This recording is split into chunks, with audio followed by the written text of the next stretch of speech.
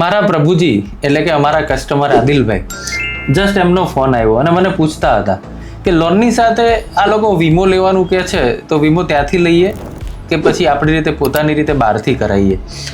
હવે જો ફ્રેન્ડ્સ, આના માટે હું તમને ના કહી શકું કે તમારે ક્યાંથી લેવો. હા, હું તમને બંનેની કમ્પેર કરાવી શકું છું. તો મેં આદિલભાઈને એ જ રીતે સજેસ્ટ કર્યું.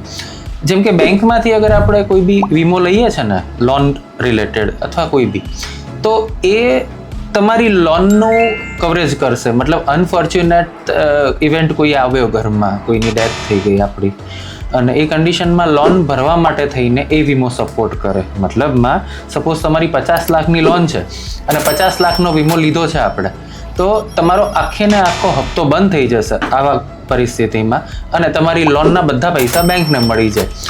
સો ફેમિલી ફ્રી થઈ જશે. પણ એકચ્યુઅલી ફ્રેન્ડ્સ, વિચારજો કે આપણે જ્યારે નથી રહેતા અને આપણા પરિવારમાં પત્ની, બાળકો છે, હવે મારો એ જ વીમો 50 લાખ રૂપિયાનો, જે પૈસા સીધા મારી પત્નીને એના હાથમાં આવે છે, તો એ શું કરવા માગે છે એ સમયે એ ડિસાઈડ કરશે. કદાચ એની ઈચ્છા એવી હોય કે એક શોપ લઈને બ્યુટી પાર્લરનો બિઝનેસ કરીને હપ્તા ભરવા માગતી હોય, અથવા એની એવી ઈચ્છા હોય કે એ પૈસાની એને એજ્યુકેશન રિલેટેડ ક્યાંક સપોર્ટ જોઈએ છે અને EMIની વ્યવસ્થા બીજેથી કરી લે છે. તો એ સિચ્યુએશન હું કે તમે કંટ્રોલ નથી કરી શકતા.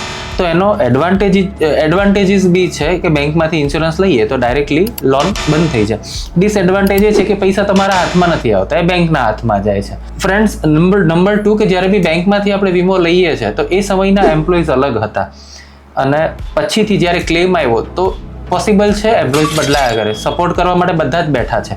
પણ જ્યારે બહારથી તમે વીમો લેતા હોય ને, તો એ એજન્ટ કેવું છે કે એ વર્ષોથી તમારી સાથે કામ કરતો હોય, એને તમે જાણો છો, એના પરિવાર બી તમારી સાથે કનેક્ટેડ, એ ટ્રાન્સફર નથી થતો હોતો જનરલી.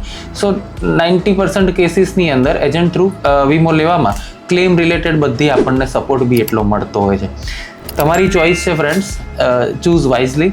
વીમો લેવો ફરજિયાત છે, કેમ કે કાલ સવારે કંઈ થયું ને તો પરિવારને આપણે પ્રોપર્ટી આપવી છે કે લોન, એ આપણે જ નક્કી કરવાનું છે. Thank you.